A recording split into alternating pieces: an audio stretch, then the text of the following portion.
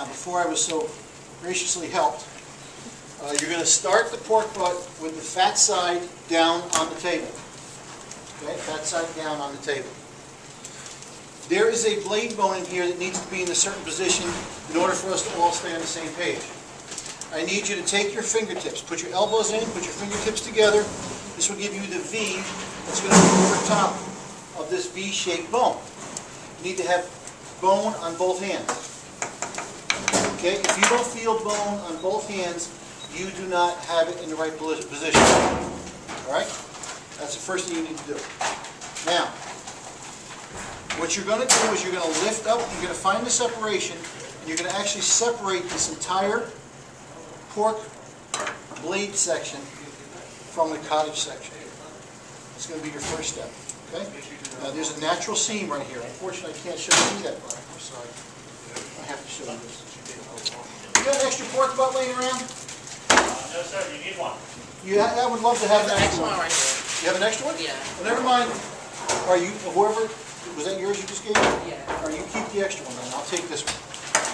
Okay. Forget what I just told you. It's okay. It's another method. They weren't listening, Chuck. No, well, that's all right. They're listening. This is an alternate way to do things. This is not how I do it. But this is an acceptable way. There's nothing wrong with it. I'm going to show you what I think is a little bit easier. Okay? Again, fat side, down. Elbows in, fingertips together. Over top, I got bone on both hands. I know I'm in the right position. I'm going to take the tip of my knife and I'm going to go right across the front of the bone on the top side. The blade bone is flat on one side, has up and over on the other side. It's like a little T shape. So like that on the other side. You're going to take your knife and you're going to follow along the flat part of the bone all the way down until it ends. And it's only going to go in about a third of the way. Okay? I have extra wood for you. Okay? You see this? You come closer here. I'm not going to bite you, I promise. All right? Stand up. Pay attention. So all I've done is I've exposed the bottom half, and I've come in here and I've just run my knife along the edge. Now I'm going to go back to the front again, and I'm going to run the tip of my knife. Now I'm sure one of the other chefs told you this. If they didn't, I'll tell you myself. When you're boning something out, you're only going to be using the first inch to inch and a half of your knife. That's all you're using is the tip. If you're trying to bone something out with this part of your knife, that means this part of your knife, the tip, is where it doesn't belong. And more than likely, it'll be across your finger. Okay? All right. So, two things that can happen if you're not using the tip of your knife. Number one, you're definitely going to leave profit on the table. Second thing that could and probably will happen is you'll leave a piece of your finger on the table. Okay? You don't want either one of that to happen. Choke up on your knife. Get your fingertip over it. Get your elbow up and get the tip of your knife right down along the front of that bone. Okay, now you're going to take your knife and you're actually going to turn up and you're going to follow this bone in. Hear this noise?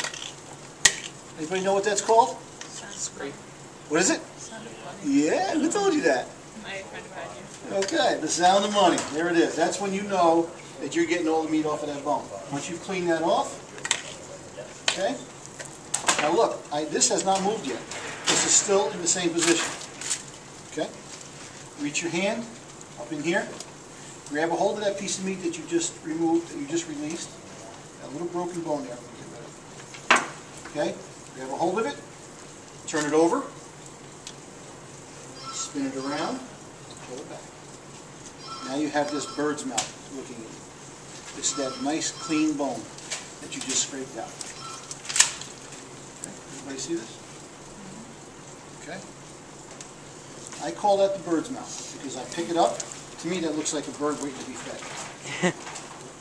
Take the tip of your knife again. Come right along the edge of this bone. Now I'm pulling back on this flap of meat constantly. And I've got my knife right up against that blade bone.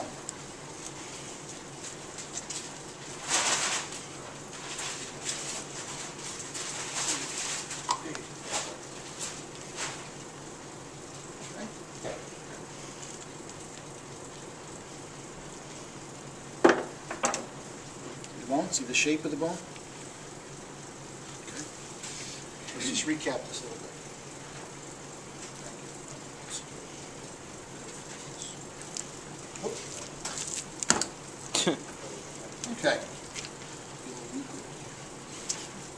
glue is?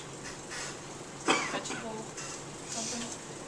Hold on, let's keep going. Like a, is it in ground meat? I mean, Now, meat glue yeah. is used to attach two or more proteins together. Could be fish, could be meat, could be meat and fish. Okay? Transglutaminase. It's a powdered protein. Okay? Very cool stuff. Look it up online. What's it called? Just if you go to Google and type in meat glue, that's all you gotta need. That's all you need to go. It's called transglutamase. Steve, what's the terminology for meat glue? What's the real name? It's a sodium transglutamate. Sodium transglutamate. It's basically based on transglutamic acids, and that bonds protein to protein. And we can do meat to fish, right? As long as it's protein to protein, yeah. Doesn't work very well with fats. And you gotta trim the meat off, pretty good to get. For example, I do pork bellies at my shop, and I'll take 2 pork bellies and I'll take a lot of the fat off in between, and I'll glue 2 pieces of belly together, and we call super glue. Got that? We call super glue. Same exact bacon. I get $2 a pound more. Marketing. Okay? All right. So, elbows in, fingertips together, over top. You feel this. Take the tip of your knife. You come down the flat side of the bone. You loosen it all up. Pull it back. You kind of fold off the edge a little bit.